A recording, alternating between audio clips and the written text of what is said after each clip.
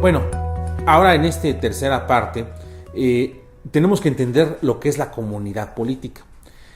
Recordemos nosotros que el fin de la política o el centro de la política es el ser humano. Eso es fundamental entender y comprender. Y por lo tanto, lo que hará la comunidad política es, de alguna manera, que las necesidades humanas haya una satisfacción en la propia sociedad. Y esto será en el primer ámbito básico, que es la propia familia, que está inscrita, digamos, ahí. Pero encontramos también algunas otras definiciones de la comunidad política, la persona humana y el pueblo. La persona humana, ya lo dije, es el fundamento y el fin de la convivencia política. Sin seres humanos, hay que recordar que somos criaturas sociales, políticas de naturaleza. Si no participamos, si no interactuamos, no somos parte de. También entender nosotros que existe también descubre la comunidad política la naturaleza de las personas cuya conciencia se descubre y manda a observar estrictamente el orden inscrito por Dios en todas sus criaturas.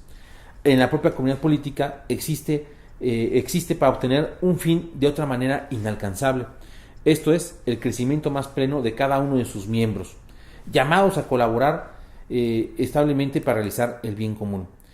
La comunidad política, por lo tanto, se encuentra en la referencia al pueblo. Su auténtica dimensión está en ella y debe ser en realidad la unidad orgánica y organizadora de un pueblo. Cuando nos referimos a la definición de bien común, tenemos que encontrar algunos otros conceptos. Por ejemplo, nación, ¿no?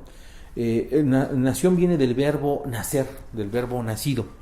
Y podríamos definir a la nación como esa comunidad étnica de hombres unidos por vínculos de sangre, de territorio, de cultura, de lengua, en posesión de un vínculo específico muy solidario internamente frente a otros grupos humanos.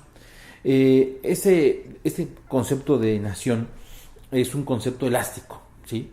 Y parte también de una realidad histórica. En algunas naciones ha prevalecido algún u otro rasgo característico de unidad. Por ejemplo, vemos el pueblo israelita, todo su caminar hasta el 1948, en el que se funda el Estado de Israel. No poseía un territorio fijo, ¿sí? Sin embargo, su vínculo de sangre y religión los mantenía cohesionados fuertemente. También es un concepto que no solo se aplica a las naciones modernas, también son las naciones modernas surgidas a partir del siglo XVI, sino también las impulsadas a partir de la Revolución Francesa, sino también en lo que antiguamente eran los tribus, los clanes, los gens de la antigüedad, etc. Pues la conciencia nacional de ese sentimiento interno frente a otros grupos distintos se manifiesta y se nutre a través de lo que les dije, la célula básica que es la familia. Decía el Papa Pío XII que cada familia se extiende, se dilata en el parentesco que unen los lazos de la sangre, y las alianzas entre familias aún traban más esos lazos y constituyen malla por malla toda una red cuya flexibilidad y solidez aseguran una unidad para la propia nación. Podemos encontrar también otro elemento, el Estado.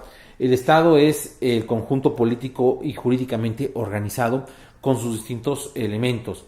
Es un ente natural, necesario e integrado por personas, familias y asociaciones, ya sean intermedias, políticas y jurídicamente organizadas por el bien común, suscrito a un territorio en particular y que goza de una soberanía interna y externa.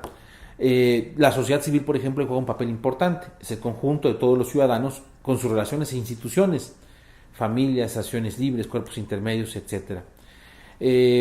A todo esto, Pablo VI decía claramente que el hombre es un ser social que construye su destino a través de una serie de agrupaciones particulares que requieren para su perfeccionamiento y como condición necesaria para su desarrollo una sociedad más vasta de carácter social, lo que podríamos llamar la sociedad política. Ante esto podemos encontrar este cuadro donde nos habla del papel de la comunidad política, el papel de los cuerpos intermedios, el papel que tiene la propia familia y la persona. Hay que encontrar que esos elementos los une un elemento, digamos, interesante, que es la subsidiariedad, que a su vez busca el bien común. Es importante que entendamos nosotros que en el ejercicio de la política existe esa comunidad y existen estos elementos. Las lecturas nos darán mayor profundidad para entender esto y encontrar algo que será nuestro tema de nuestra siguiente cápsula, de nuestro siguiente módulo, el bien común.